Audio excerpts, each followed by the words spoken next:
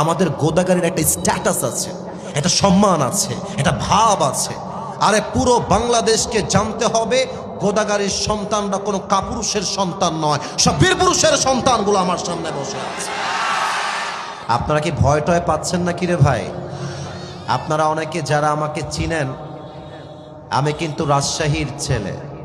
আমি যদি রাজশাহীর ছেলে হয়ে আমি গোদাগাড়িরও ছেলে, কারণ গোদাগাড়ি তো রাজশাহীর ভেতরেই পড়ে। আর আমি আমার রাজশাহীকে নিয়ে বলেছিলাম, Rajshahi is a brand and the people of Rajshahi they are very smart. তো আপনারা হচ্ছেন ব্র্যান্ড বিভাগের মানুষ। কথা যদি এরকম মরার মতো কর, আমাদের মান সম্মান ডুবে যাবে। আর কথা বলবেন এমনভাবে যেন প্রমাণ হয়ে যায় আমার সামনে কোনো বিড়ালের বাচ্চা নয়, সব সিংহ পুরুষগুলো আমার এই মাহফিলে বসে আছে।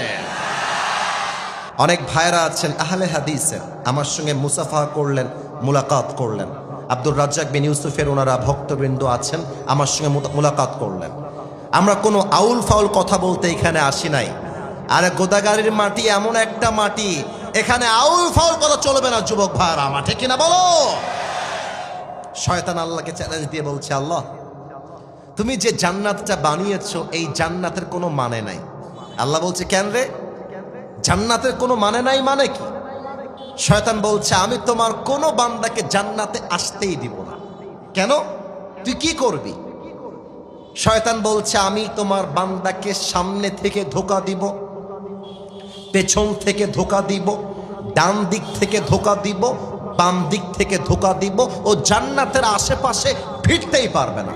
আল্লাহ বলছে, আচ্ছা তাই করবি? আচ্ছা ঠিক আছে, চ্যালেঞ্জ ইজ অ্যাকসেপ্টেড। তোর চ্যালেঞ্জ আমি আল্লাহ গ্রহণ করলাম। তবে শোন, তুই আমার বান্দাকে ওয়াসওয়াসা দিবি গুনাহ করবার জন্য। আমার বান্দা যতক্ষণ পর্যন্ত গুনাহটা না করবে, আমি আল্লাহ রাব্বুল আলামিন তার গুনাহটা লিখব না।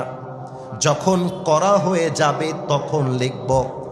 কিন্তু আমার বান্দা যদি কোনো ভালো কাজ করার নিয়ত করে, মনে করেন আজ হলো জুমার রাত, আজকে হচ্ছে বৃহস্পতিবার, আপনি নিয়ত করলেন ফজরের নামাজের পূর্বে আমি উঠে তাহাজ্জুদটা পড়ব, জাস্ট নিয়ত করলেন, আমলটা করে নাই। আল্লাহ বলছে, আমার বান্দা যদি কোনো নিয়ত করে, আমলটা করার আগে নিয়ত যে করেছে, আমি আল্লাহ রাব্বুল আলামিন সাথে সাথে ওই সওয়াবটা তার আমলনামায় লিখে দিব। এত আস্তে যে সুবহানাল্লাহ পড়বেন আমি আশা রাখি নাই। আর একবার পড়েন না সবাই সুবহানাল্লাহ। তার মানে দুইটা নিয়ম বুঝতে হবে।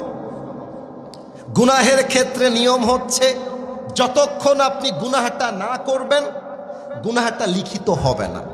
আর সওয়াবের ক্ষেত্রে নিয়ম হচ্ছে, আপনি যে নিয়তটা করলেন, কাজ কিন্তু করতে পারেন নাই, এই যে নিয়তটা করলেন, আল্লাহ বলছেন আমার বান্দার নিয়তের জন্য আমি আল্লাহ তার আমলনামায় ওই বান্দার সওয়াবটা লিখে দিব। সুবহানাল্লাহ পড়বেন না আপনারা?